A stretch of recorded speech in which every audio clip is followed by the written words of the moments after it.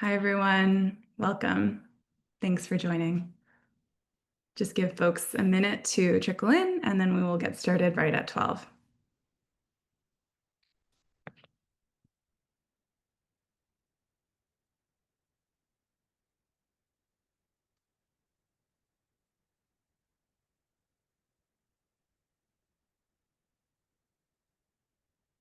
Hello, hello. I see some folks are starting to trickle in. Um, we are just at 12, so I'm going to get started with the agenda and logistics, and then as more people are in the webinar, we'll start digging into things a little bit more. So welcome. Thanks so much for joining our webinar, Future Foundations, Innovation in Sustainable New Home Construction. My name is Ria Perot. I'm a Climate Programs Manager at MaRS Discovery District, and I lead our Mission from MaRS Better Buildings program. A couple of really quick logistical things. As I mentioned, this session is being recorded. Closed captioning is available at the bottom of your screen. And for questions and technical issues, you can use the chat function to communicate with the MaRS team directly. But for any substantive questions for ventures or panelists, please submit those via the Q&A function. So welcome. This is our second of two fall webinars, which will be focusing on innovations in sustainable new home construction. As I mentioned, it's very topical given the recent government announcements and the crisis level need that we're all aware of for more housing around the country. So we have a very exciting panel planned today that will dig into some of the opportunities and challenges for innovative solutions in this industry. And then we will hear from three incredible ventures that are driving that change towards building sustainable new homes here in Canada. Canada, as many of us know, was continuously inhabited by Indigenous peoples for thousands of years before the arrival of the French and the British and the beginning of so-called development. And while this is a virtual event, I want to acknowledge that MaRS is based in Toronto, which is the ancestral and present-day homelands and waterways of the Wendat, Anishinaabe, Haudenosaunee, and Mississaugas of the Credit First Nations. The Métis people of Toronto and York regions have also settled their communities here. This is important in the context of land use and new developments. It's important in the context of growing populations as well, because acknowledging the land reminds us that building for the future requires respecting the rights, histories, and knowledge of Indigenous communities and other communities that came before us. So I encourage you to learn about the land that you're calling in from, and we can share some resources to do that in the chat. MaRS, if you're not familiar, is North America's largest urban innovation hub. We own and operate the MaRS Center, which is what you're seeing on the left side of your screen right now. And then we also operate the MaRS Waterfront Innovation Center, giving us physical presence in Toronto. But it's also a nonprofit that supports over 1,200 Canadian technology companies with business advisory, connections to capital, and ecosystem connectivity, including support with adoption and peer communities. And Mission from MaRS is one of the ways in which we double down on supporting the adoption of innovation for key sectors for climate action. The innovations, if they don't actually get implemented in physical locations or physical operational environments, they won't have the decarbonization impact that they could have, therefore kind of creating a bit of a dead end. So under each mission, we take on a variety of activities and projects that mobilize industry leaders, facilitate cross-silo conversations and connections, and aim to accelerate the growth of high-potential climate technologies. We currently have 4 missions: public procurement, carbon management, food and agriculture, which just launched last week, and better buildings. In talking about better buildings, as I mentioned, alluded to before, Canada needs millions of new homes, 5.8 million by 2030 to be specific. But the way that we build them will shape our climate future. We launched Mission from MaRS Better Buildings last year with 3 key objectives. First, to reduce the operational emissions of Canada's building stock through innovation adoption. Second, to accelerate the uptake of low-carbon building materials and methods that can lower the embodied carbon of new builds, and this is really the focus of today's conversation. As well as third, amplifying the role of Canadian cleantech to create a more adaptive and more affordable built environment. As I mentioned, we will mainly be discussing that second objective today. It's a difficult one, but incredibly important in this moment, given all the homes that we plan to build. The country should really be on the edge of a building boom. But if we use current building practices to meet this demand, we would be adding the equivalent of 4.2 million more cars on the road in GHG emissions each year.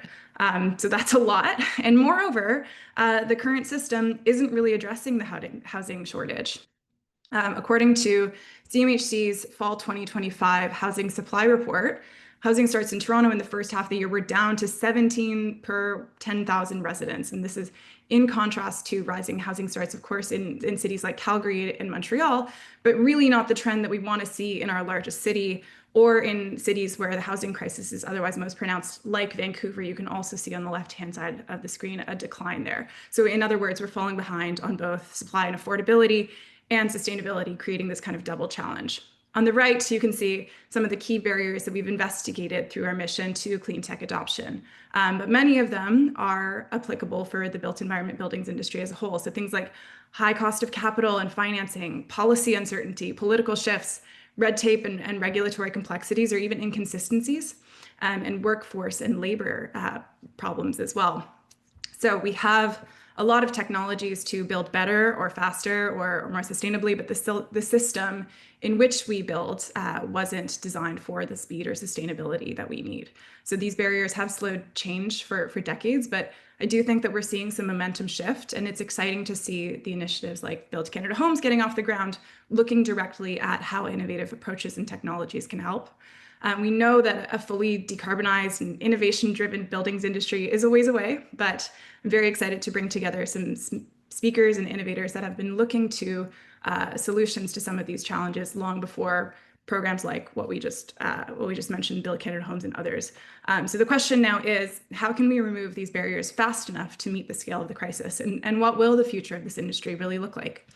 So I'm pleased to introduce this panel with very unique perspectives on the opportunities and challenges for deploying and scaling innovation as Canada aims to deliver sustainable new housing. So I will pass things over to Liam Gill, Capital Program Manager at MaRS, to introduce our panelists. Liam, over to you. Hey, Ria, thanks a lot for the great introduction. So as Ria mentioned, my name is Liam. I manage the capital program here at MaRS. Just a very quick high-level oversight of the program.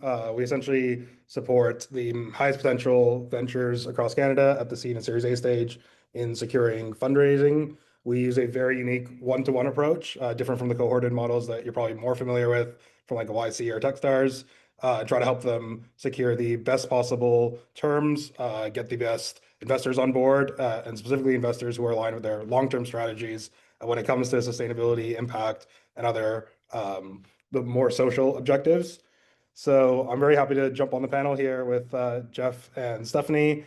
The objective of our panel here today and the goal is really, as Ria mentioned, to talk about some of the opportunities and challenges that we're facing when it comes to sustainable housing, and to get the perspective of Jeff, who's a developer, and Stephanie, who's a venture capitalist. Specifically, we're going to touch on really three topics. Number one is what is and isn't working in the market. Number two is the role of Build Canada Homes, the new government initiative, in providing opportunities for deploying Canadian innovation. And then finally, we're going to talk about some of the policy and financing gaps that exist and that need to be addressed to accelerate market adoption.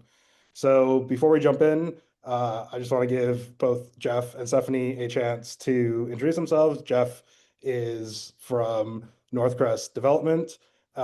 Stephanie is a VP at Elite Partners. So Jeff, if you want to go first, I'm more than happy for you to take a minute and just introduce what you do and how it impacts the market here. Yeah, thanks very much, Liam. I'm Jeff Ranson, the YZD site is the Downsview Airport lands in North Toronto. We are in the process of redeveloping an airport into a community for over 80,000 people and 30,000 jobs. So we are looking at a massive amount of new construction centered around an employment zone of former airplane manufacturing sites. So we've been really interested in this idea of how technology and manufacturing ties into the construction process, how you deliver a lot of homes, and obviously now how you reconcile both environmental performance and affordability in one. Stephanie, kick it over to you, and we can get deep into it. Yeah, thanks to the team at MaRS for putting this together. And my name is Stephanie Wood. I'm a vice president at Elite Partners. We're a venture capital fund that's backed by Dream, Relay Ventures, and many other household names that people would probably recognize across the real estate industry. our mandate is to invest in prop tech startups that are transforming the built world. So that could be from how we design and construct buildings to how people live, work, play, really anything that just touches the built environment. We typically focus from pre-seed through Series A, and we partner with founders that are tackling some of these challenges that the industry is facing. And our role is to provide both capital as well as hands-on support to help them scale. So we have spent and continue to spend a ton of time exploring innovations that drive sustainability and efficiency across real estate. And of course, one of the biggest opportunities we see is in housing. So improving how homes are designed, built, delivered. Also, outside of Elate, we also co-founded an organization called PropTech Collective. That's the largest prop tech community in Canada. So through PropTech Collective, we bring together founders, investors, real estate professionals, service providers, really anyone who touches the real estate industry. And through that, we also are trying to advance initiatives like issues like sustainability and resilience across the real estate industry. Great. I know housing and sustainability are top of mind for a lot of people right now, so it's really exciting to get both of your perspectives here on this panel. I'm going to start with the first theme that we have here, which is what is and what is not working in the market today. So Jeff, from your perspective, what's the biggest challenge that Canada is currently facing in the housing sector? Well, I mean, there's maybe a few obvious ones, which is we've stopped building housing. At the same time, we need a huge amount. So, I mean, that's going to be the sort of elephant in the room is we're seeing, the completion of a bunch of housing, but not a lot of new starts right now, right when we want to start scaling up and ramping up. So it's a bit of a moment to pause and reflect on what's happening. I think it's also a moment to maybe shift our approach to building housing.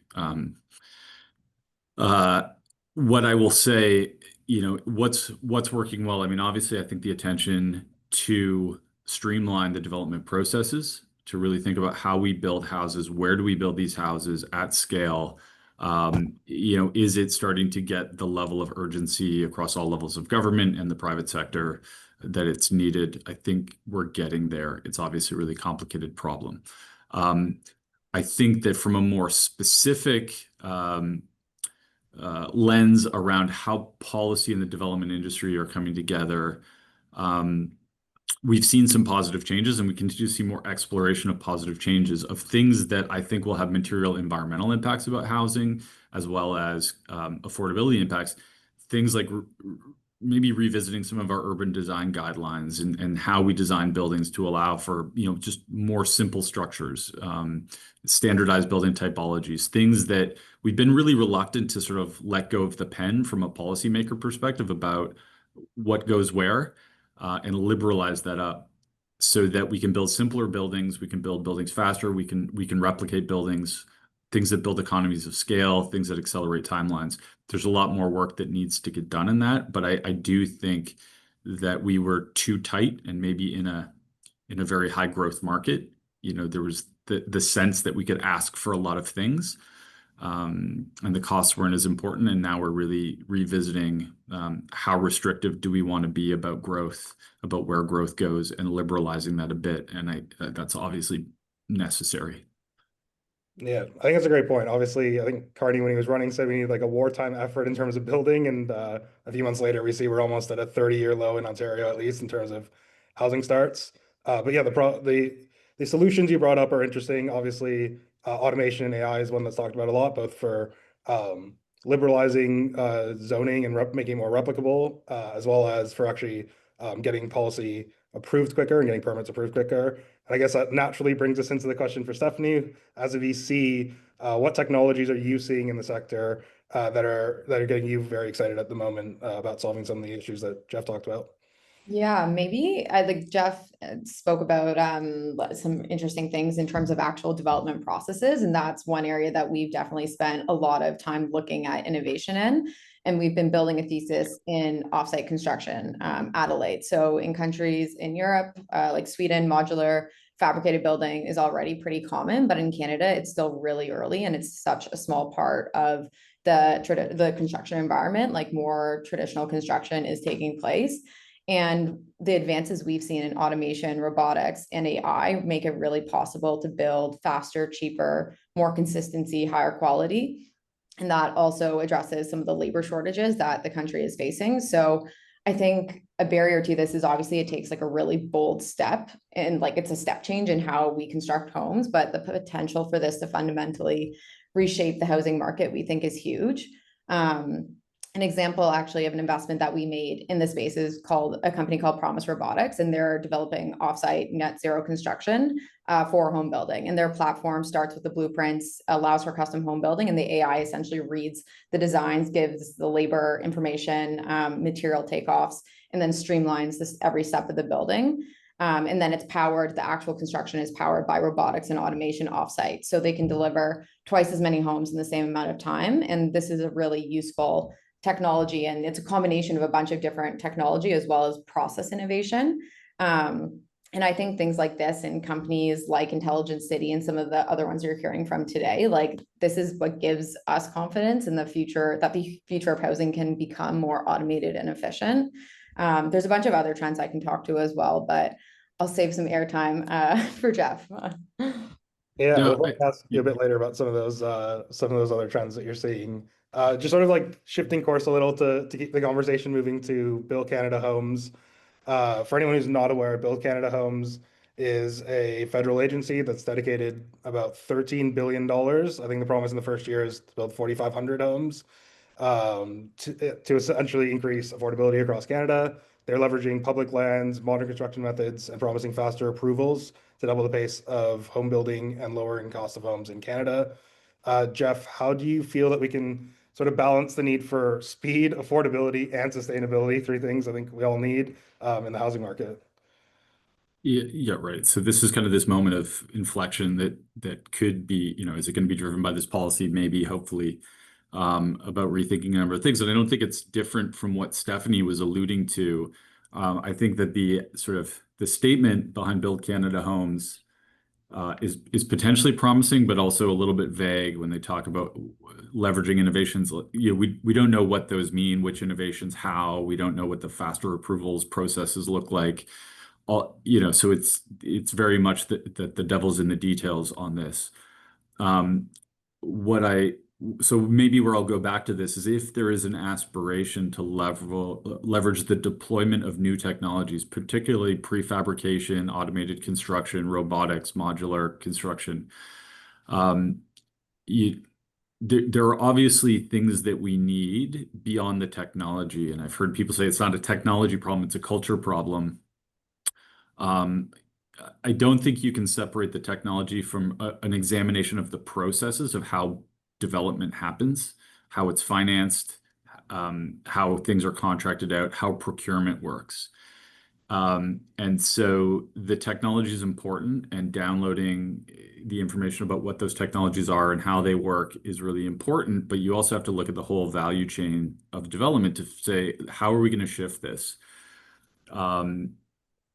And who's essentially paying for the transition? Because there's always inertia, there's cost to change. And so if it's things that can be plugged into the existing process and supply chain pretty seamlessly, you may see faster uptake. But if it requires a radical rethink of when things are brought in, it's going to be a little bit trickier. Predominantly, and I could talk about examples of how we do things today that kind of deter innovation, because we usually wait till everything's largely defined and we need three bidders to bid on a commodity product. And when you're getting into innovation, you may not have those three bidders. You may not know how to price that properly. If you're talking about bringing in a process change where you don't even have the building designed, how do you price that? How do you price the material and the labor effort early on? So you really have to think about procurement and tendering.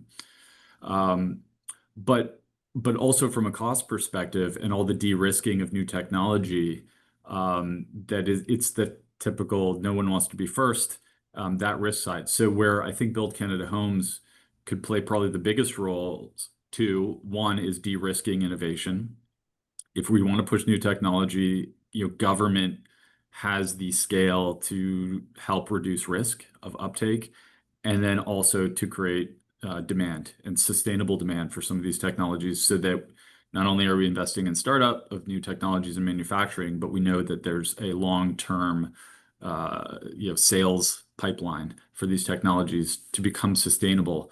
and move off of public funding or grants and incentives, which is where we need them to get to. So, that's kind of what we're hoping to see, is some clear signals that they're going to drive demand and drive economies of scale, and that makes that technology more accessible to the mainstream industry. And then obviously have all the lessons learned about how did you price and cost these things? Where did they come into the design process, and what were the key changes that needed to happen along the way to make them effective? Yeah, I think that's a great point you make about how the government can essentially afford to invest in some of these technologies that might not make financial sense yet for the private sector. Even stuff as common nowadays as GPS or internet started that way, with governments backing them for, whether it was military or other public purposes, and now everybody uses them. And this could be another example of the government through BCH pushing new technologies, and eventually as they reach scale and they're proven that they are widely adopted in the private sector. And that brings us to the question I think Stephanie was kind of alluding to earlier, which is, obviously Build Canada Homes, the first wave is 4,500 homes, I believe. The total portfolio can account for 45,000 homes. But according to CMHC, we need 4.8 million homes by 2030. So that means we're going to need a lot more construction and a lot more coming, obviously, from the private sector. As a VC, Stephanie, what sort of trends are you seeing in prop tech? And can you give us a sense in terms of, as a early stage venture capitalist, when you're assessing these technologies, what are you looking for in judging how they might be adopted by the market and able to actually help fill that gap? Yeah, no, it's a really good question. And I think Jeff hit on some really important points as well, like tying some of the threads that he spoke about into this answer. And I don't think that there's like a silver bullet, unfortunately, to solving like Canada's housing crisis. Like innovation alone and like technology alone isn't gonna like solve all of our problems overnight. I think it's a critical piece. And obviously I'm biased in that sense, but it's just one piece of like this entire puzzle. And there's a lot of technology that we've seen startups building in, from productivity and workflow tools on job sites, to innovation in materials and supply chain intelligence. And then one of the areas that we're also really excited about is just like in the upfront planning, zoning, and generative design before construction starts even happen. But from a VC perspective, like at Elate, when we look at early stage prop tech companies, there's like a few things that we really focus on. Team, obviously, like domain expertise, execution capability, credibility. We look at whether we think the technology really addresses a pain point and can it scale. And I think like Jeff makes some really good points about the risk taking that governments can potentially get involved with at the earliest stages. Like, can governments help fund some of this innovation to prove out some of these projects? And like we've seen that in some areas in terms of looking for affordable housing in remote regions. Like governments have been really great at giving subsidies to companies so that they can pilot it. And then real estate companies will have more trust around the fact that, oh, they actually did deliver this 100 property or 100 housing development portfolio for the government. So there's like some good examples that we've seen there. We also look at like the actual tech and defensibility. So we ask a lot of questions around like, how is this tech differentiated? Is there data or like unique proprietary information that they're using to actually ensure that they have defensibility in the market? And are there good network effects or potentially a good distribution channel to make it scale faster? And so that also is, if we need to like deliver all of these homes, I think that the government also could play a role in trying and testing some of this new technology. And I think we're starting to see it. Obviously, we need the government to move quickly as well, because startups will die if they don't have enough funding to get there and to get to their milestones. So I think that if there's a clear path to adoption and revenue and long-term value creation, it will just add to the sustainability of innovation in the housing industry.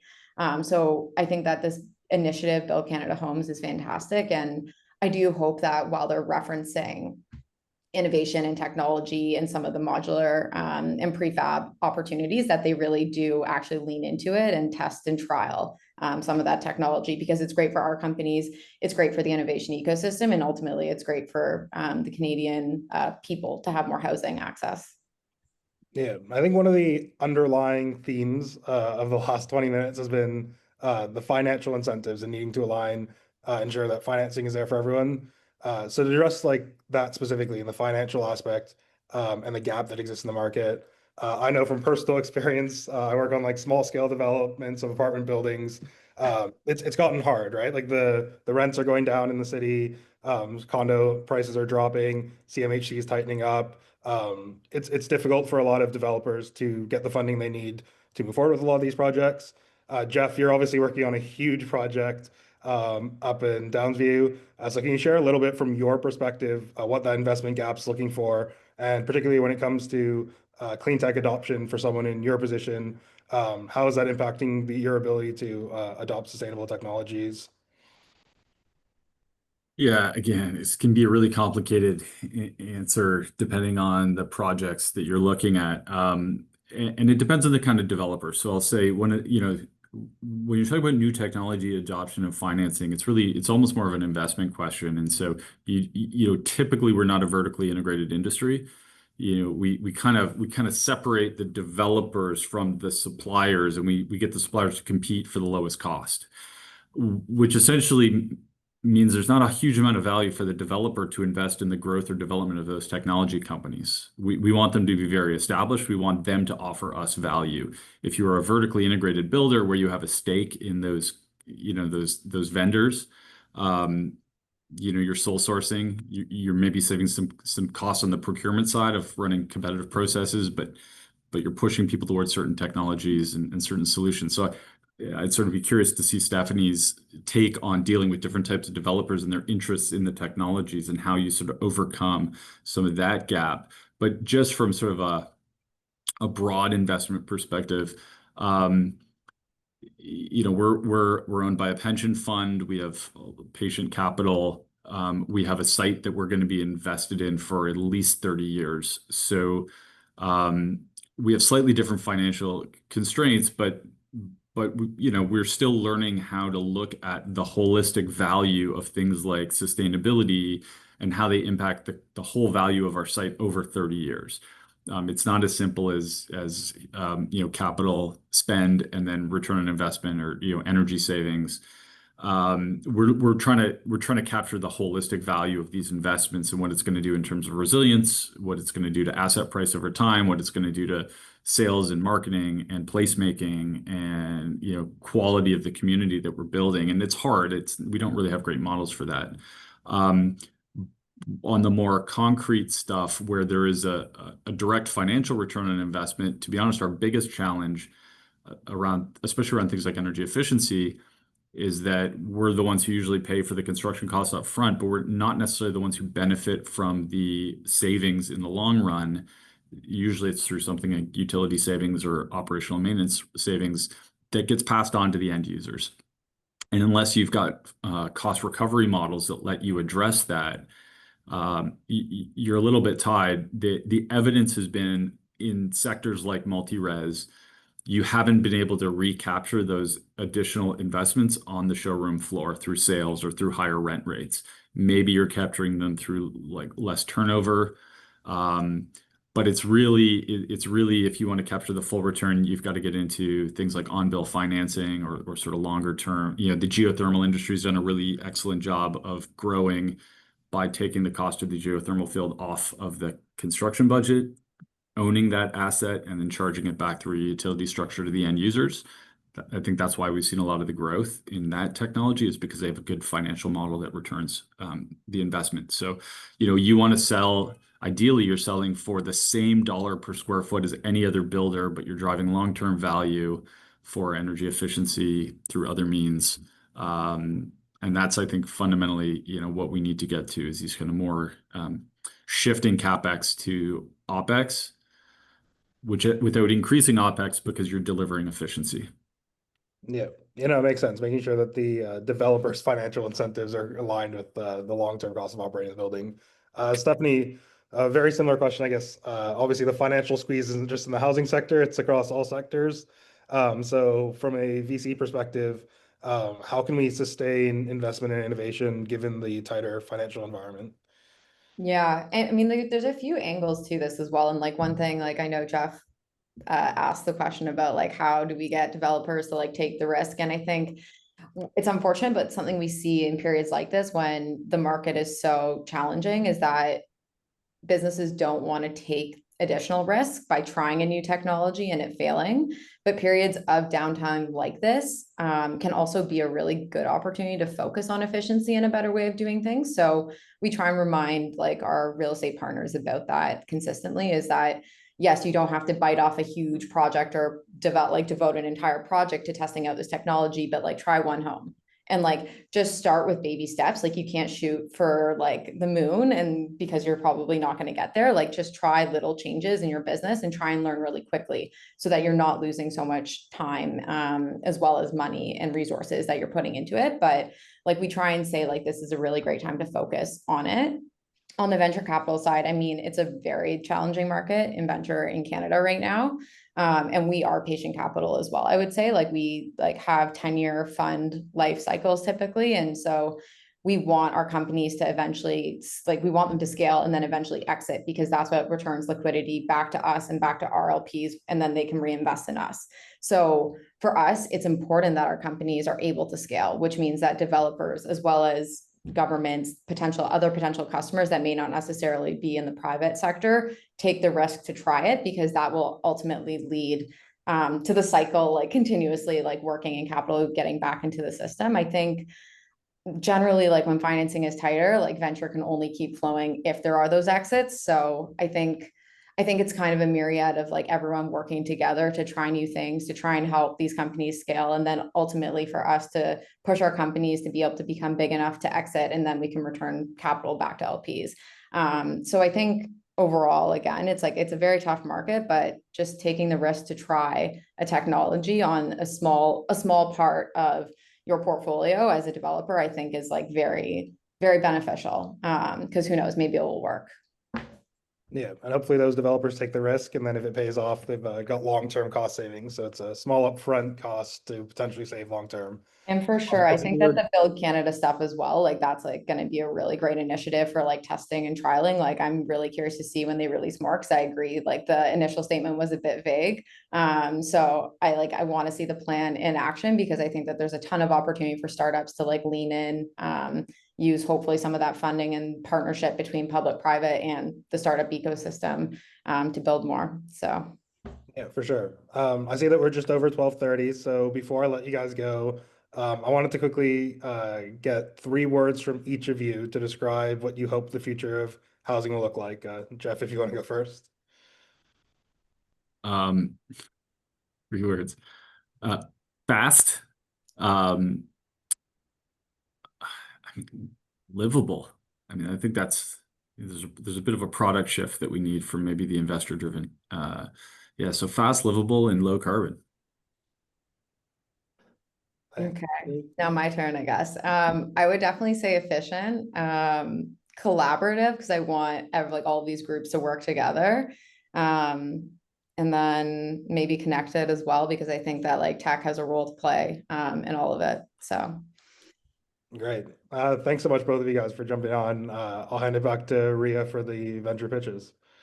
Thanks for having us. Yeah. Thanks so much, Jeff and Steph, for bringing your perspectives. Really, really appreciate that in-depth and thoughtful conversation, and I think left us all with a lot to think about, and a good little primer for the pitch session, which we have coming up next. So I'm very pleased to pass things over now to Oliver Lang, co-founder and chief product officer of Intelligent City, to introduce his company to us. Oliver, over to you.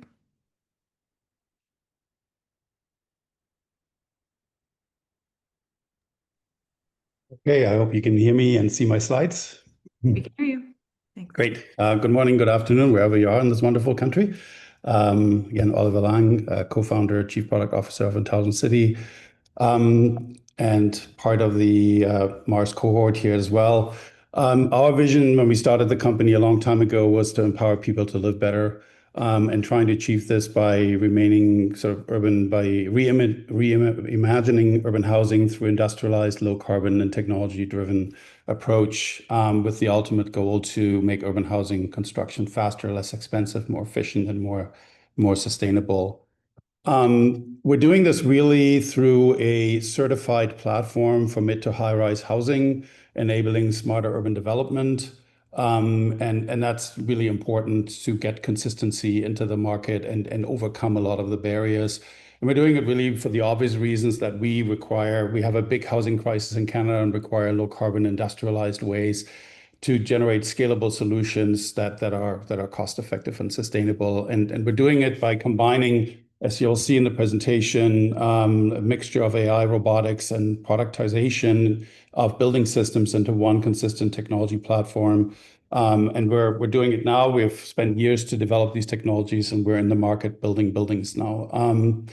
And just to sort of summarize and recap the major challenges I think that everybody is facing right now with lower rents and the market downturns, really the cost of construction overall, the complications, the drawn out construction timelines and change orders, and the whole adversarial relationship and the lack of productivity gains in the market.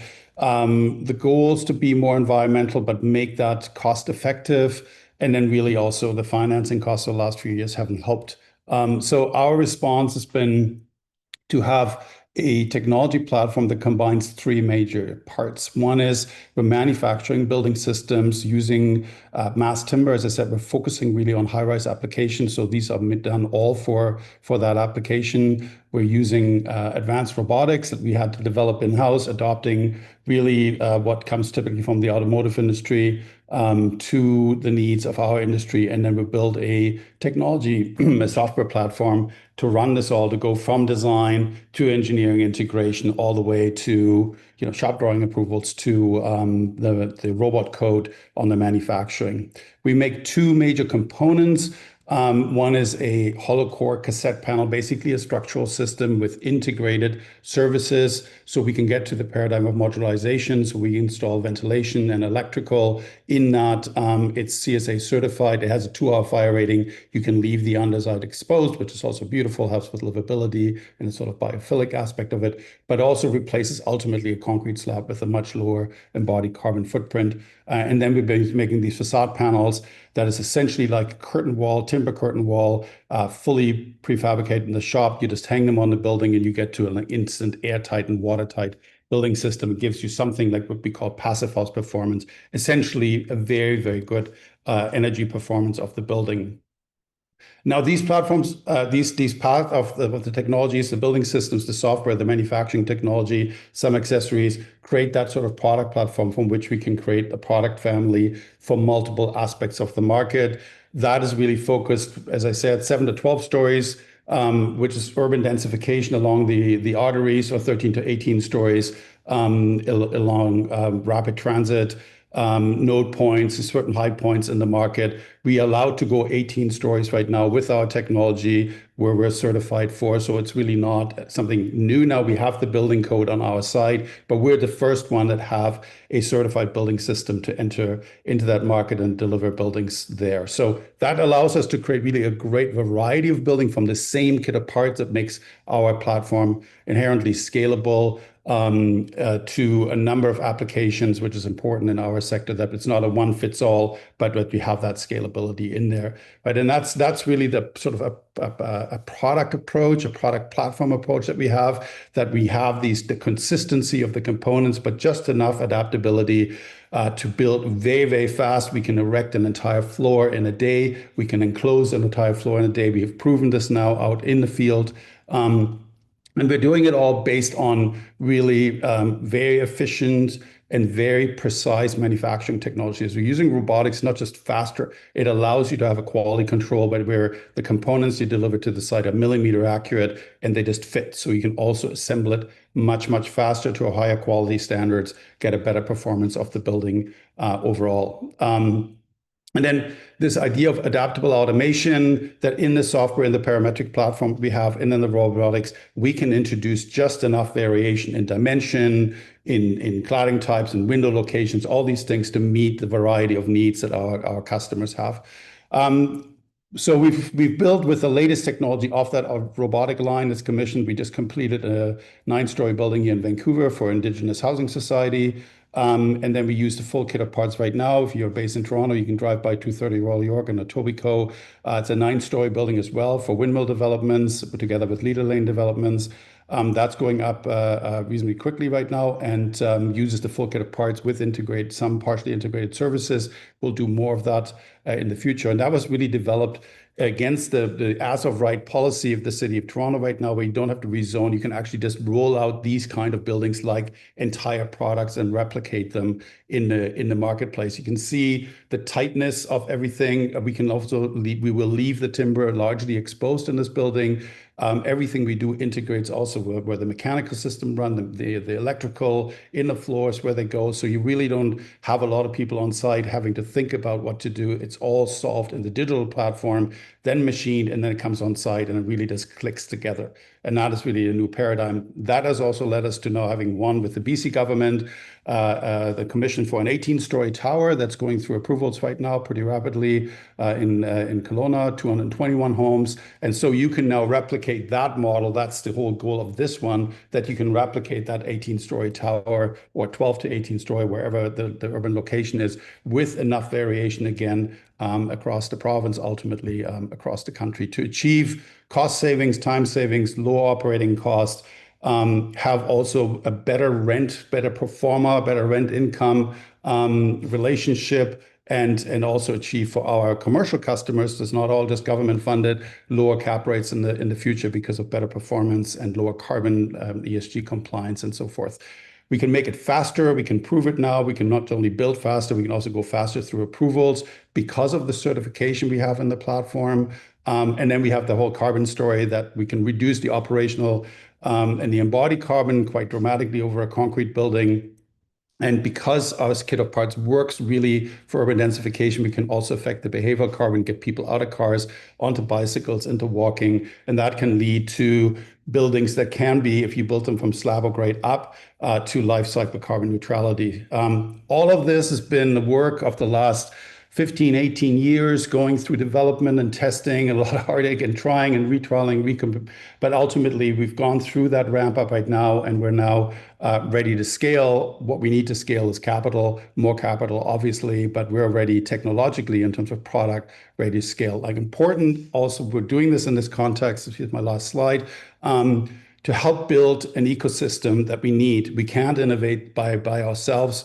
We need a better forest management. We help catalyze that by creating demand, having local manufacturers that can supply us with mass timber product that we can then machine and turn into building products. So we're sort of going between help job creation, using automation, better jobs, activating forestry, into help solving the housing crisis on the other end. But it's a team effort. It requires an industry, an ecosystem to emerge. Thank you very much. Thanks so much, Oliver. That was really great. And inviting anyone in the audience who has questions for Oliver, or any subsequent presenters, to please submit them through the Q&A function. I do have one very quickly that I'd like to ask you to kick things off. So you're one of the first companies using robotics to assemble your building systems. And what's the benefit for the customer to use advanced technologies like this? So speed, obviously, that we can also prefabricate everything, quickly. Quality control, I think that's also very important. On this building in Toronto that we're erecting right now, so far we have 0 change orders, right? You don't have the typical trouble on site. It's quieter. It's actually more friendlier in the neighborhood. We have people coming by the site and saying, this is a very friendly building. It's very quiet. There's only 4 to 6 people on site bolting it together, right? So then, approvals, government access to different financing models. So I think the entire approach of using automation is helpful there. And then ultimately it's scalable. So we have more and more developers coming to us that developing an entire pipeline of product that they want to deliver. And they now know if they do one with us, they can essentially replicate that building 10 times over. And they will have ever better cost with this. And the robotics just ensure the repeatability, the quality control, the speed of construction, and that it is consistent with the certification. Like, if you would bolt this together by hand, you probably wouldn't be able to get the certification. You require the tightness and the control of everything. Wow. Incredible. Well, thank you so much, Oliver. Appreciate the presentation. That was really great. Up next, I would like to invite Dante Liu from Carbon Upcycling to join us for his presentation. I'm going to share my screen, and Dante, let me know when to want to move forward. But over to you. Fantastic. Well, thank you so much for having me. And it was a fantastic panel before this. And I guess I'll jump right into it. So my name's Dante. I'm the communications lead here at Carbon Upcycling. Carbon Upcycling is a carbon and waste transformation company. We turn CO2 and industrial byproducts into locally produced cement materials. Next slide, please. And next slide. So now the issue facing the cement industry today is three parts. It's supply, demand, as well as carbon emissions. So kind of breaking that down, we'll start with demand here. Compared to 2020, by 2026, the demand for cement and all these other building materials are set to double. To put that into perspective, that's like building one New York City every single month for the next 40 years. It's an incredible demand for materials to meet things like our demand for housing and other critical infrastructure. On top of that, cement is a very carbon intensive industry. It accounts for 8% of global emissions. If the cement industry were a country, it would be the third largest emitter, just behind the US and China. And the last piece, of course, is supply with cement. So a lot of North American and European cement manufacturers have to import a lot of their materials from overseas, places like Indonesia, Vietnam, and China. So if you put all three of those together, both the demand, the supply, and the carbon emissions piece of the cement industry, what you have is an industry that must meet a demand that's set to double. They have to do it with lower carbon materials, but their ability to collect these materials are kind of dwindled or bottlenecked by imports from overseas. Altogether, this is the issue that is facing the cement industry. Next slide, please. What carbon upcycling does is we take a different approach to localizing and producing cement so that we can build. What we do is we'll take industrial byproducts in a region, combine it with CO2 emissions, and through our proprietary technology, we're able to enhance these once waste materials into an enhanced cement. That's blended into the cement blends at a cement plant and then sent downstream into concrete and different infrastructure. What this does is three things: is it localizes your supply chains, but then it also increases your supply at these facilities that are challenged to increase their own production, challenged because they can't build new kilns on their current brownfields, or they just don't have the supplies from overseas. And lastly, we're increasing the supply with lower carbon, higher quality materials, and we're producing them all at cost parity. Next slide, please. How we do it is, I'll take you back to chemistry class a little bit here, is we'll take these industrial byproducts, we'll run them through our system, and what it does is it increases the surface area of these materials.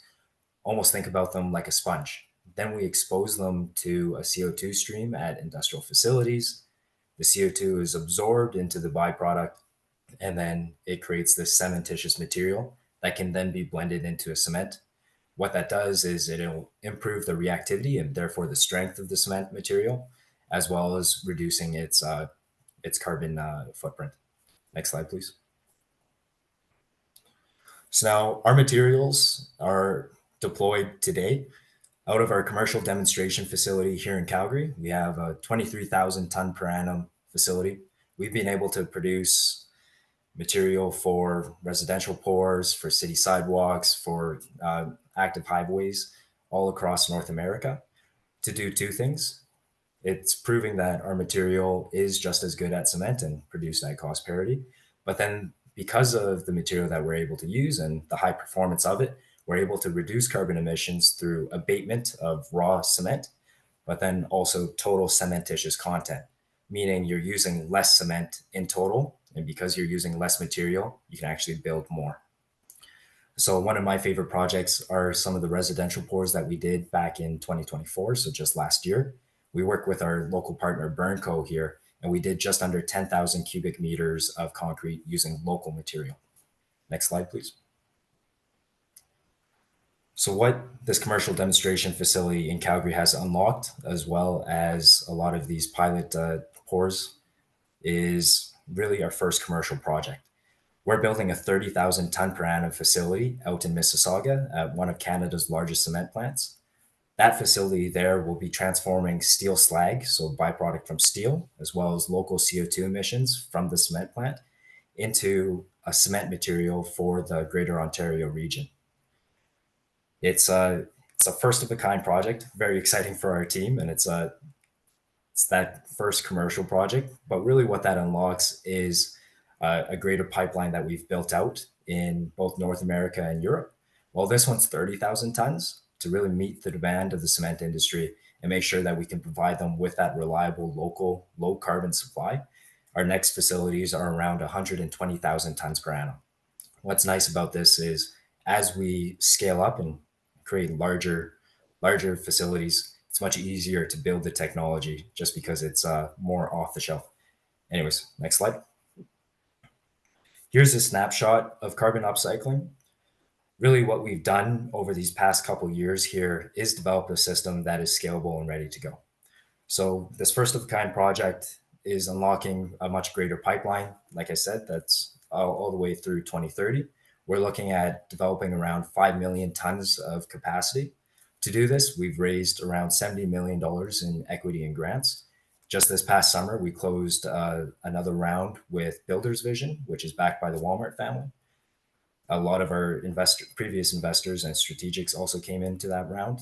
Notable names like BDC, Climate Investment, Oxy, as well as 3 of the world's largest cement manufacturers in the world, CRH, Titan, and Cemex. And all of our IP and technology is Canadian based, which is very exciting as we look to not just develop in Canada, but also export abroad. Next slide, please. What we're looking for are 2 things. As we look to commercialize further outside of Canada, capital is always the greatest unlock. So if you are interested in connecting with a company, both in industry and infrastructure, we'd love to have a conversation about a growth stage investment, as well as building owners. So as this project is set to finish in 2026, the one in Mississauga, we'd love to partner with developers that are willing to push the boundaries of new materials and test it in their new developments. Thank you. Thank you so much, Dante. That was really great. Love hearing about carbon upcycling and all the amazing progress that this company has made. Would again invite anyone with questions to just ask them using the Q&A function, and then Dante can answer them with in the written way. But just a very, very quick question for you, Dante, like maybe 30 seconds or less, just picking up on that last thread that you had there. What role do building owners play in implementing new technologies like carbon upcycling? Building owners are imperative. What they are able to demonstrate is a demand for these materials. As much as we can create the materials and our cement partners want them, unless you have that downstream demand, then there's no true market pull. So building owners, and we see this effect with things like the large hyperscalers, so Microsoft, Amazon, and the latter. What they've done in this low carbon concrete space and even mass timber is they've developed this demand as offtake agreements, and then that signaled to investors and the latter that there is true opportunity here. So one thing that we're really excited about is recently we actually partnered with Microsoft through their Build Better challenge. That was a collection between Elemental Impact, Capgemini, and Microsoft. So now we'll be exploring some pilots with them in new data centers. That is incredibly exciting. Thank you for sharing. Thanks so much again for your presentation. And yeah, really appreciate that. Thanks, Dante. And last but not least, would like to welcome Oliver Zhang, co-founder of TinyBox Systems, to share with us what TinyBox is all about. Oliver, over to you. Awesome, thanks. Sure.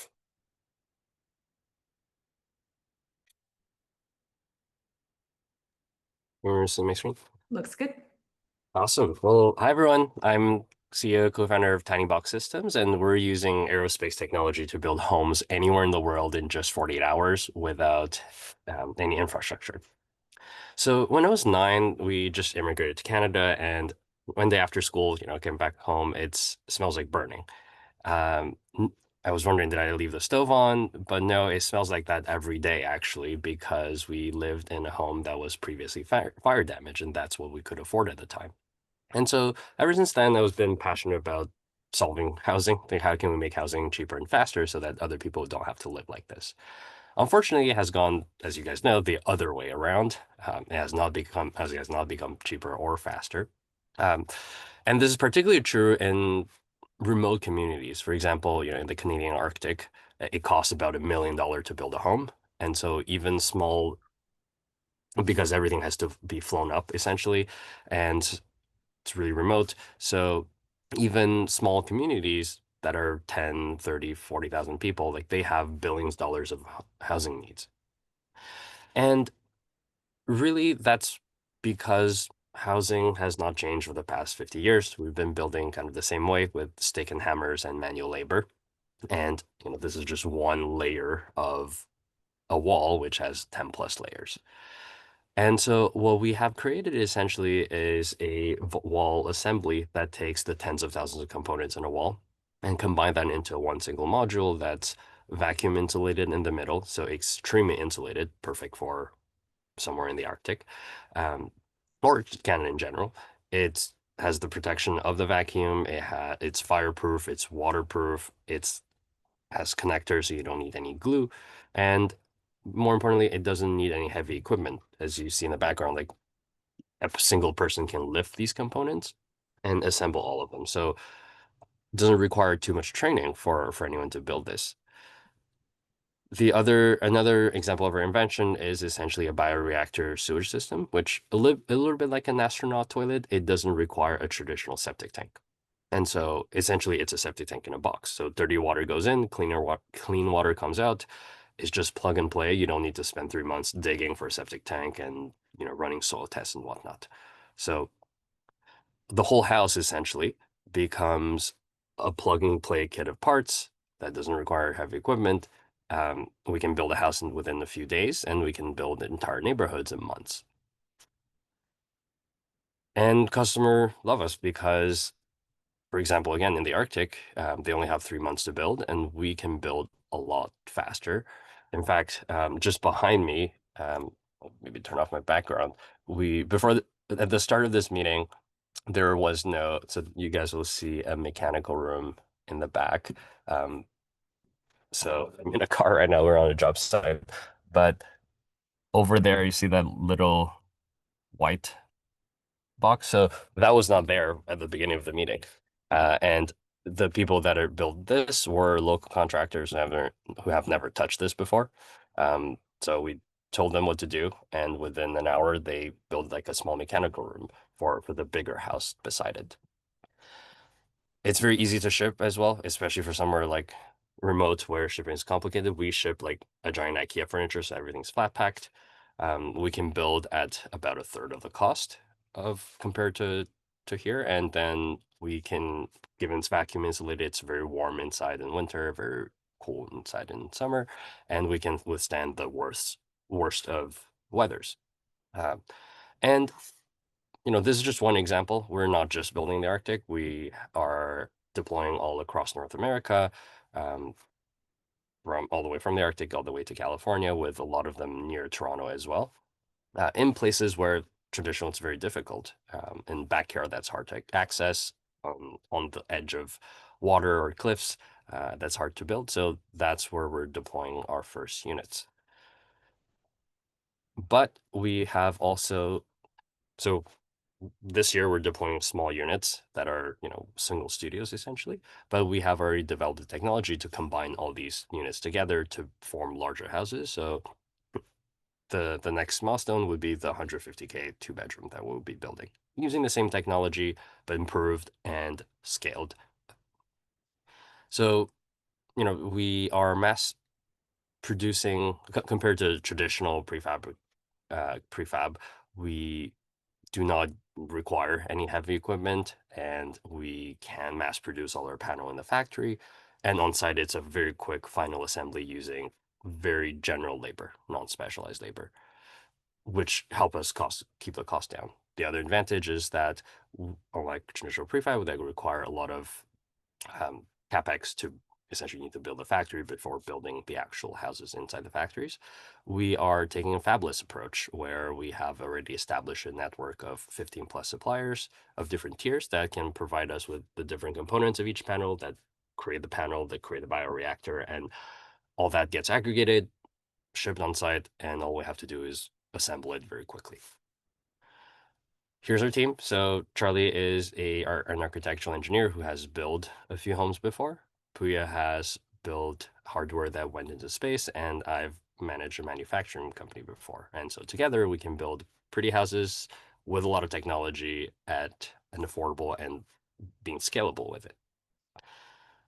So we believe we can scale very quickly because, again, we don't need much training for builders. We can ship anywhere, as you saw on the map, and we can scale very quickly without given our fabless manufacturing. So our target by 2030 is to work with 50 developers to build 40 homes each, and then 5 years later to 10x those numbers by reaching 3.6 billion in revenue.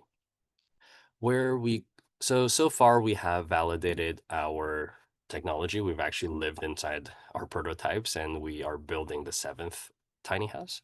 And as mentioned, we've already developed a larger 2-bedroom, so that will be the next focus for the next 2 years. Where we would need help with this crowd especially is looking for a friendly municipality open to new technology to deploy these affordable and fast to scale units, first as a pilot and then hopefully as a small neighborhood that we can build together. Thank you. Thanks so much, Oliver. That was great. And I loved the little sneak peek onto the site that you're currently on. That's so fun. So thank you so much for that. Thanks for an amazing presentation.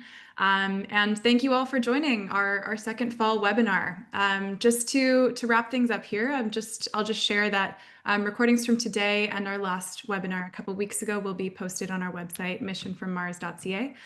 Toronto Climate Week is next week. Please join us at our Prop Tech for Planet happy hour at the MaRS waterfront for a relaxed evening of networking and connections and snacks and drinks. And we'll also be hosting a tech showcase at the Build What's Next conference at the World Urban Forum in Regent Park, both on October 2nd. So hope to see you there. Lots happening in this space, so please stay engaged. And thank you so much again to our amazing panelists for great discussion, to our ventures for their fantastic pitches, and to you all again for joining us. We hope to see you soon. Thanks.